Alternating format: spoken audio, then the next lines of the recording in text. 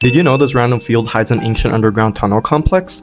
This is Horvat Mishkena, located in the Lower Galilee in northern Israel near the modern Israeli Arab village of Turan. The site was mentioned in the Jerusalem Talmud in Berachot, where a passage describes two travelers leaving Tiberias and Sepphoris, then meeting in a place called Mishkena in between the two cities. The site was also recorded by British explorers Claude Conder and Herbert Kitchener of the Survey of Western Palestine published in 1881, where the site appears as Horvat Mishkena and is described as an ancient ruin with remains of stone walls and some caves. Archaeologists near Distelfeld later identified these caves as a hiding complex. His team also recorded a Roman milestone nearby, which shows that the village was located along a Roman road network. In 2020, they excavated parts of the underground complex and found a mikveh, which is a Jewish ritual bath used for religious purification. Finding a mikveh is very important because it's one of the clearest signals that the settlement was a Jewish village. Inside the cavities connected to the underground passages, archaeologists also found pottery vessels. This shows that the underground spaces were actually used and not just empty tunnels. The pottery found there dates to the Roman and Byzantine periods, roughly between the 4th and 7th centuries.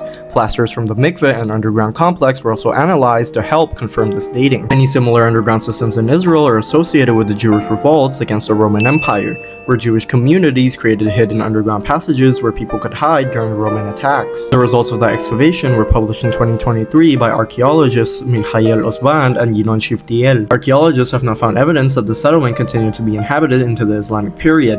No medieval or later occupation layers have been reported at the site either. In the wider region, many villages were abandoned after a major earthquake struck the Jordan Valley in 749 AD. One reason it could be difficult to identify destruction at ancient sites is that building stones were often reused by later populations. In the Levant, ruins are treated like convenient stone quarries where people often dismantled old buildings to reuse the blocks in newer structures. But when archaeologists link sites to an earthquake, they usually expect to find layers of destruction like collapsed walls, crushed floors, and other structural damage sealed in the ground. Horvat Mishkena does not currently show that kind of destruction layer. Therefore, archaeologists cannot confidently say that the earthquake was responsible for its abandonment, and the exact reason that the village eventually became a ruin is still unknown.